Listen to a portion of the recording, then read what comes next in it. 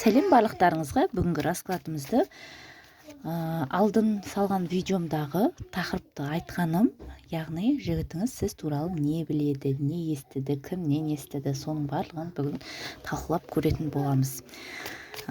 Енді плюс деп жазғандарыңызды көрдім, комментарияға рахмет, кері байланыс бергендеріңізге.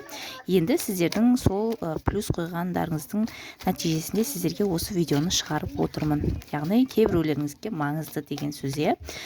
Тағы қандай тақырыптар сіздер үшін маңызды, жұмыс жағыма, мәселеңіз туралы, жалпы қандай раскладтар ашқанымды қалайсыздар, тақырыптарын өздеріңіздің ойларыңызды жаза кетіңіздер. Күнделікті видеолар салып отыратын боламын сіздердің тақырыптарыңызға қарай.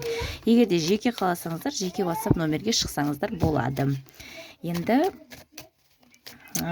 жұбыңыз сіз туралы не біледі? Жігітіңіз сіз туралы не біледі? Соны көрейік. Сіз туралы не біледі? Сіз туралы не біледі? Сіздің бір жасырғаныңызды, яғни біліп қою мүмкін. Бұл жерде құпия картасы түсіп тұр. Құпия картасы, яғни уже ол ашылды деген сөз. Яғни жігітке шын мәнінде сіз туралы бір нәрсе естіді, құпияңызды білді деген сөз. Ол не екен көрейік? Ол не екен көрейік? Сіздің отбасыңыздағы мәселе туралы білді. Мүмкін бұл нәрсені қыздар сіздер өздеріңіз айтқан болуларыңыз да мүмкін. Яғни жасырмай-ақ, ашық, бұл ер адамға отбасында мынандай болып жатыр, той болып жатыр, той болғалы жатыр деп айтуыңыз мүмкін. Ол да жатады. Яғни ер адам білгені, не біледі сіз туралы білгені? Сіз айттыңыз ба, басқа айтты ма, жоқ әлде өзі сезіп білді ме? Яғни барлықтарыңызға айтамын, өздеріңізге керегін алып, керек емесін сұрастыр. Егер де таро картасын үйренгілеріңіз келсе, үйретемін. Қазақша қарапайым тілде айына 400-500 мыңға дейін табыс таба аласыздар. YouTube каналдан және TikTok-тан ақша табасыздар. Одан кейін жеке клиенттермен жұмыс жасап, 3 доход көзі болады. Яғни бір картаны үйреніп алсаңыздар, арзан скидкамен қазақша қарапайым тілде өзімнің білгенімнің барлығын үйрететін боламын. Қызығушылықтарыңыз болса, маған сұрап жазсаңыздар болады.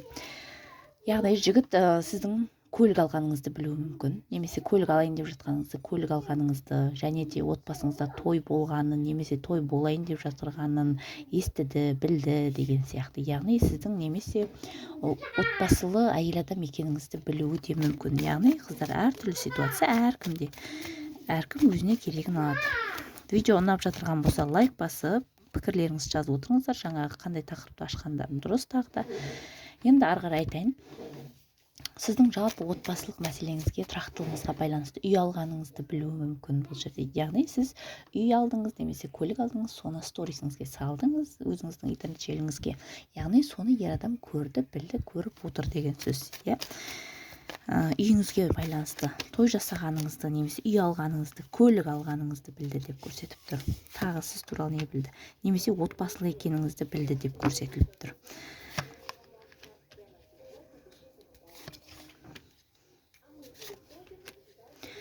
Одан кейін ер адамның, яғни сіздің жаңағыда бұндай үй тұр, көлік тұр, сіздің айналаңызда тұрақтылық тұр, яғни жұмысқа кіргеніңізді, яғни бір белгілі бір жетістікке жетіп жатқаныңызды ер адам яғни білді, көрді, естіді.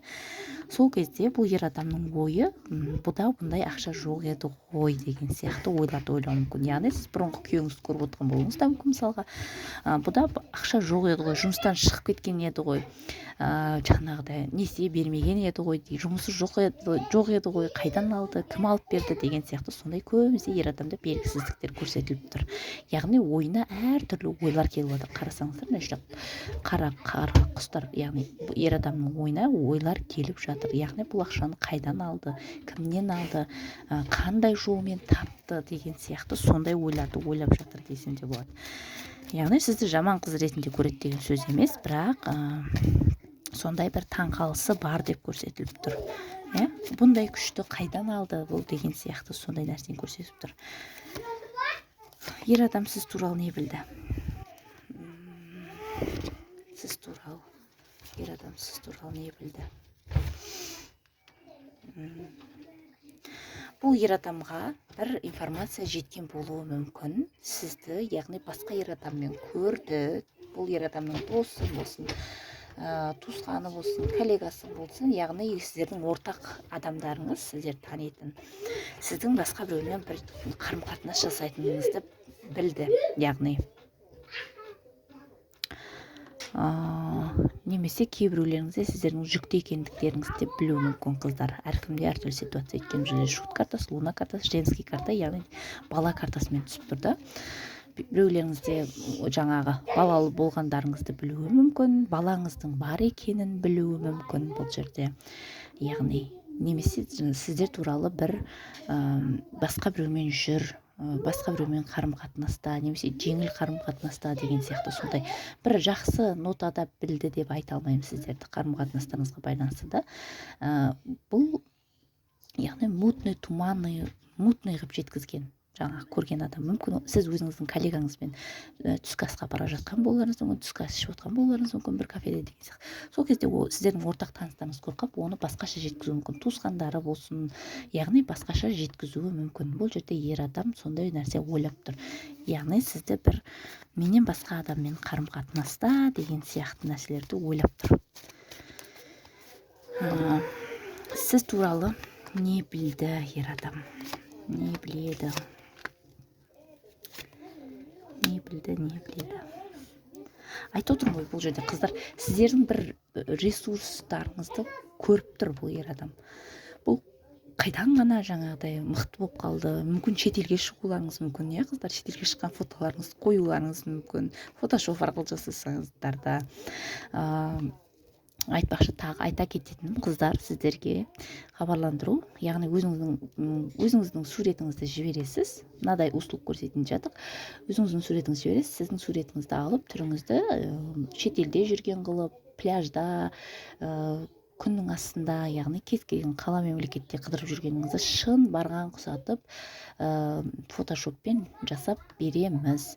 Ол үшін де маған жекеге жазсаңыздар болады. Арзан бағада сіздерге жасап береміз. Яғни өздеріңіз бір жағынан жақсы сезініп қаласыздар, бір жағынан айналадағы адамдарды көре алмай жүрген адамдарды одан сайын көре алмасын деген сияқты іштерін кетіргілеріңіз келсе, бізге жазсаңыздар болады WhatsApp-қа. Фотошоп жасағым келеді деп, кез келген қалада, мемлекетте, кез келген бір фантазия, идеяларыңызды айтатын болсаңыздар, солай жасап беретін боламыз. Енді ары қарай тақырыпқа көшейік. Бұл ер адам сізді қалайша спокойно болып қалды деп те ойлап тұр. Яғни сіз бұл ер адамды қазір қатты іздеп, вниманиясын сұрап жатпаған болуыңыз мүмкін. Яғни сіз де үнсіздікке кеткен болуыңыз мүмкін. Ер адам үнсіздікке кетті ма, сіз де үнсіздікке. Бұл жерде бұл қалайша тым-тырыс, қалайша мені іздемейді деген сияқты. Сондай ер адам бұл жерде өзін сіздің жаныңызда мықты сезінеді, күштімін деп ойлайды.